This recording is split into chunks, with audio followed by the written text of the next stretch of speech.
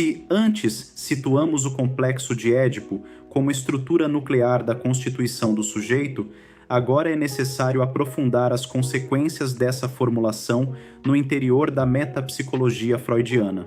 Quando Freud, em O Eu e o Isso, 1923, afirma que o superego é o herdeiro do complexo de Édipo, ele está indicando que a dissolução do Édipo não significa seu desaparecimento, mas sua transformação em instância psíquica.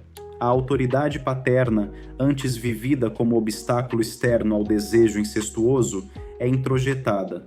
A proibição torna-se voz interior. A lei passa a operar de dentro.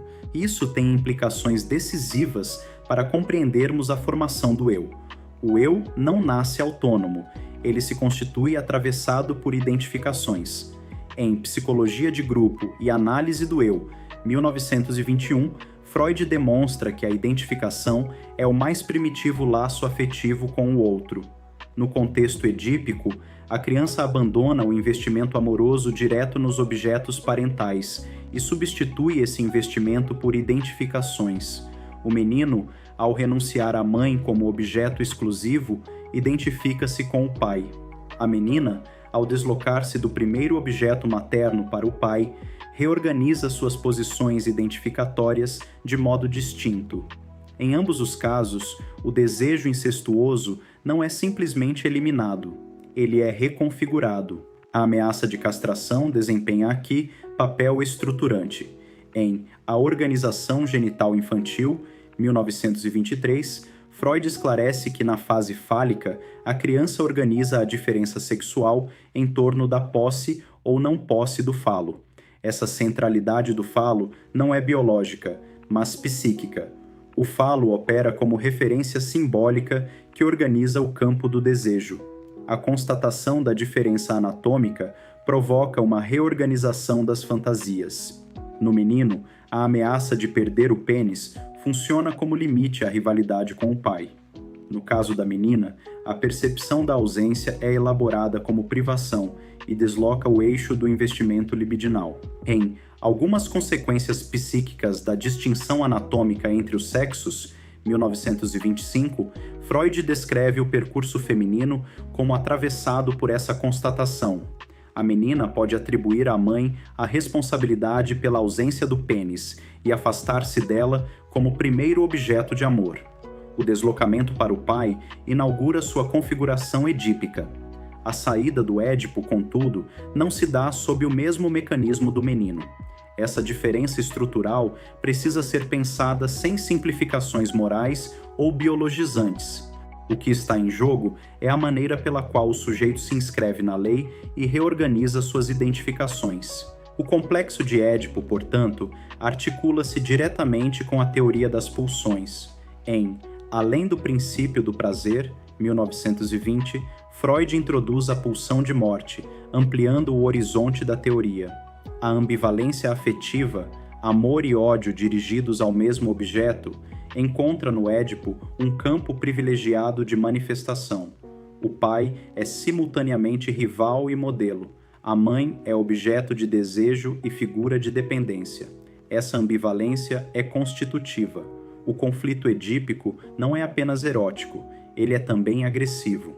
A fantasia de morte do pai, analisada em A Interpretação dos Sonhos, 1900, mostra que o desejo inconsciente pode assumir formas hostis. A criança não é moralmente perversa, ela é atravessada por moções pulsionais que precisam ser simbolizadas. Quando Freud afirma que o complexo de Édipo é o núcleo das neuroses, ele não está propondo um esquema explicativo universal e simplista.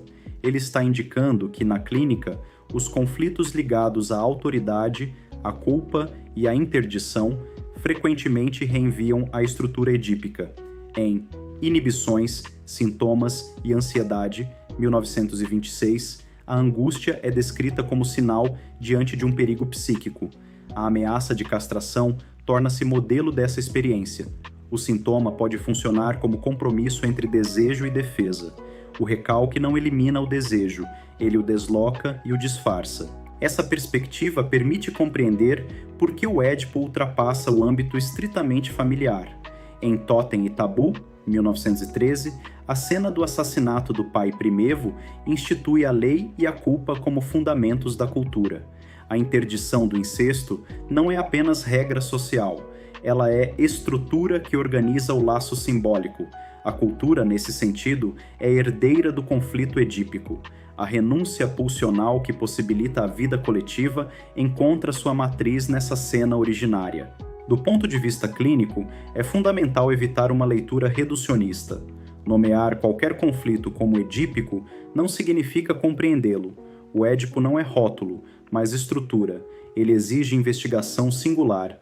A análise não parte do pressuposto de que determinado sintoma decorre automaticamente de um conflito edípico mal resolvido. Ela escuta como o sujeito se posiciona frente à lei, à autoridade, ao desejo e à perda. O que interessa não é a mitologia literal, mas a posição subjetiva. A dissolução do complexo de Édipo abre o período de latência.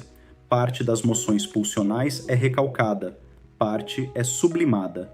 A energia libidinal pode ser investida em atividades culturais, intelectuais, sociais. Em O Mal-Estar na Civilização, 1930, Freud demonstra que a renúncia pulsional é condição da vida em sociedade.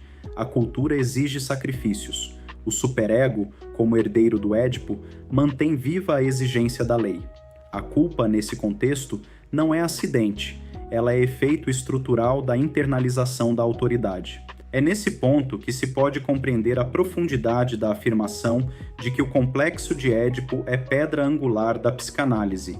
Ele articula sexualidade infantil, formação do superego, teoria das pulsões, estrutura da cultura e dinâmica das neuroses.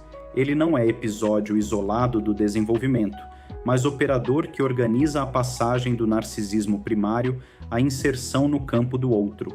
O sujeito se constitui não pela satisfação plena do desejo, mas pela inscrição do limite. A clínica confirma que aquilo que foi transformado em identificação pode retornar sob forma de exigência superegóica severa. A voz interior que proíbe, que acusa, que cobra, muitas vezes carrega traços da autoridade parental introjetada. A análise não visa eliminar o superego, mas permitir ao sujeito reconhecer a origem de suas exigências internas e reconfigurar sua relação com elas. O Édipo, nesse sentido, não é apenas fase superada, ele é estrutura que continua operando. Pensar o Édipo como pedra angular implica reconhecer que a psicanálise se funda na articulação entre desejo e lei. Não há sujeito sem limite, não há desejo sem interdição. A ameaça de castração, enquanto operador simbólico, marca o ponto em que o sujeito se vê confrontado com a impossibilidade de ocupar todos os lugares. A renúncia ao incesto não é simples proibição externa, é condição para que o desejo se desloque e encontre novos objetos. A leitura articulada de A Interpretação dos Sonhos, 1900, Três Ensaios sobre a Teoria da Sexualidade, 1905, Totem e Tabu, 1913, Além do Princípio do Prazer, 1920, O Eu e o Isso, 1923, e Algumas Consequências Psíquicas da Distinção Anatômica entre os Sexos, 1925, mostra que o complexo de Édipo não pode ser reduzido a uma narrativa infantil. Ele é eixo que sustenta a metapsicologia freudiana. Ele articula tópica, dinâmica e economia. Ele explica a formação das instâncias psíquicas e ilumina a clínica das neuroses. Ao aprofundarmos essa compreensão, não estamos encerrando o tema, estamos apenas reconhecendo que a psicanálise exige rigor conceitual e fidelidade ao texto. O Édipo não é mito decorativo, é estrutura que organiza o aparelho psíquico. Sua força não está na literalidade da tragédia, mas na formalização do conflito entre desejo e lei que atravessa cada sujeito. Esta aula é parte de um percurso que não se faz com pressa nem com respostas prontas. A psicanálise se constrói no tempo, no contato com o texto, com o pensamento e, sobretudo, com a escuta. O que foi apresentado aqui não se esgota neste encontro. Ele serve como ponto de apoio para que novas perguntas possam surgir e para que o pensamento continue se aprofundando.